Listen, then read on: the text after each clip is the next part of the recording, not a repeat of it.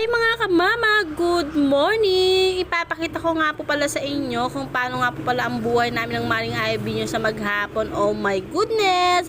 At syempre, unang-una ay bubuksan muna natin ang ating negosyo. Welcome po kayo at tara, pumasok po tayo at syempre bubuksan ng Maring Ivy nyo ang ilaw para makita nyo ang kagandahan ng aming munting negosyo. Oh my goodness! Oh, ayan na nga po. Pinapakita ko po sa inyo ang aming munting negosyo. Pasyak po kayo. Oh my goodness. O yan, mahilo kayo. Pak. May pagano ng kamama nyo. Simple lang po yan. Pero papasalamat po kami dahil hindi po ganun kadali ang magtayo ng gantong negosyo. Oh my goodness naman. O diba, pak na pak. Wala masyadong laman kasi ganun po talaga. Kailangan mo na medyo maubos bago mamili para hindi na i-stock. Siyempre, hindi mawawala ang mga munting halaman natin dyan at ang ating mga alaga. Alam nyo